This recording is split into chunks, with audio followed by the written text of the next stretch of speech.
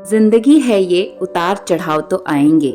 जिंदगी है ये उतार चढ़ाव तो आएंगे। हाँ, आएंगे मुश्किल दौर भी, पर हिम्मत और शांति से काम लेना, हौसला बनाए रखना।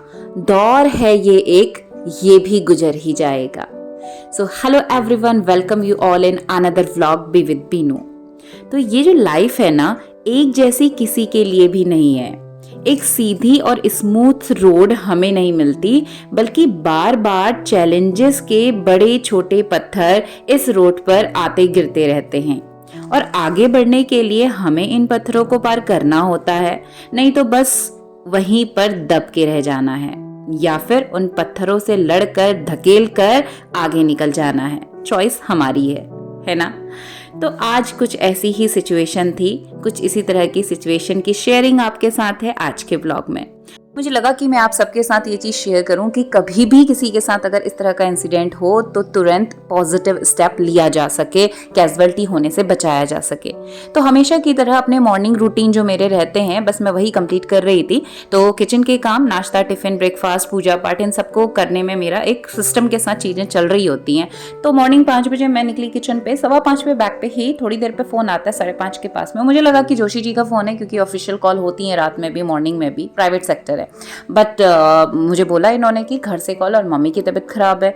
तो 5:30 बजे मुझे कॉल करने का तो मतलब नहीं होता, क्योंकि छोटी चीज़ें रहती हैं, कभी पेरेंट्स जनरली नहीं बताते हैं। तो जब बात करी तो कंडीशन आउट ऑफ कंट्रोल थी।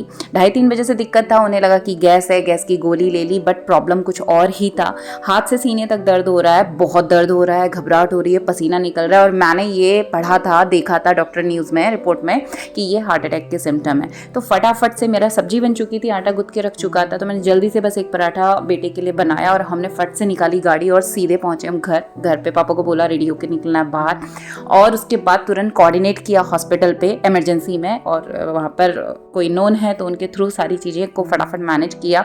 जाते ही तुरंत डॉक्टर ने 7 to 8 गोली का मेडिसिन का पूरा कॉम्बिनेशन दिया, जो एज अ ब्लड थिनर था, और तुरंत उस पर एक ड्रिप ऐड करी और साथ में ECG किया। ECG पे आए 3 ब्लॉकेज, डॉक्टर ने बोला कि सीवियर अटैक है।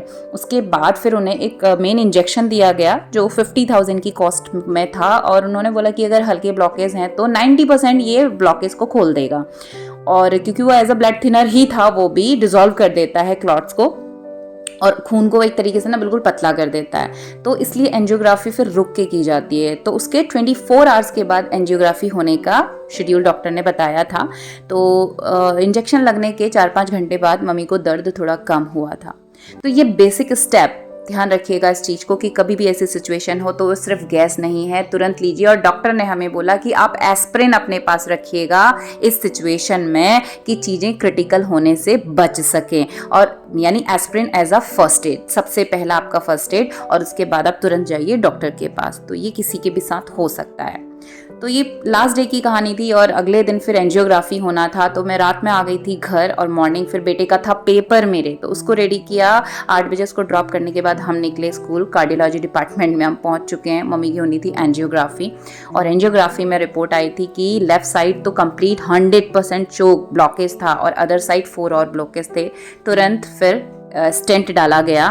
तो ये सिचुएशन किसी के भी साथ हो सकती है, इसलिए मैंने आपसे ये शेयर करना चाहा। तो ये था एक डिफरेंट सा रूटीन, एक डिफरेंट ही कंडीशन आ गई थी इस दिन में। तो अगले 2-3 दिन बस यही चला। हॉस्पिटल गए, सेकेंड डे भैया लोग पहुंच चुके थे, तो शाम का अभी बज चुका था 6:30, और अभी हम निकल चुके हल्द्वानी से घर के लिए वापस, क्योंकि घर पे बेटा, बच्चे इस समय चल रहा है वायरल, वो भी बीमार थे, तो सूरज ढलने को है। तो ये थी एक छोटी सी शेयरिंग आप सबके साथ में, कि किसी के साथ भी ऐसी प्रॉब्लम ना आए, तो आप इस चीज़ का ज़रूर से ध्यान रखिएगा। तो बस दिन भर का रूटीन हॉस्पिटल में निपटाया, चीज़ें पैक करी, पहुंचाई वहाँ पर, और उसके बाद स्टेंट पड़ चुका था। सब कुछ पॉजिटिव रहा, thank for this to that almighty. और घर आने के बाद बच्चे शाम दादी के साथ खेले थे, इनको छोड़ के हम भागे थे। तो शाम को मैं नहलाती हूँ बच्चों को, रूटीन है, तो उसको नहला धुला करके फिर शाम के अपने जो इवनिंग रूटीन है हमने किए वो कंप्लीट। खाना वाना बनाना था। नेक्स्ट डे फिर स्कूल, क्योंकि 2 दिन से मम्मी के साथ भागी थी। अब भैया लोग आ गए थे, तो नेक्स्ट डे मेरा प्लान था कि बच्चे को लेके स्कूल जाना है। और ये ना मालिश करने नहीं देता है, लेटता नहीं है, भागता रहता है। तो खड़े खड़े ही मैं इसकी जल्दी जल्दी से हल्की सी मालिश कर दी थी। तो एक छोटी सी शेयरिंग थी आप सबके साथ में। उम्मीद करती हूँ आप कंटेंट का जो मोटिव है उसको समझ पाएंगे, और किसी के साथ भी ऐसी सिचुएशन आने पर उस सिचुएशन को ओवरकम करने के लिए सबसे पहले ज़रूरी है कि हम खुद से काम रहें और चीज़ों को बहुत ही शांत दिमाग के साथ देखें, मजबूत बन के रहें। चीज़ें कुछ भी हो सकती हैं, बट अगर हम घबरा करके छोड़ देंगे हाथ पैर तो और ज़्यादा बिगड़ सकती हैं चीज़ें। तो खुद को स्ट्रांग बना करके सबसे पहले स्टेप, क्या खुश दुख होना ये सब बात की बात है, सबसे पहले करना क्या है इस चीज़ के ऊपर हमको फोकस करना होता है और बेसिक स्टेप लेना ज़रूरी होता है।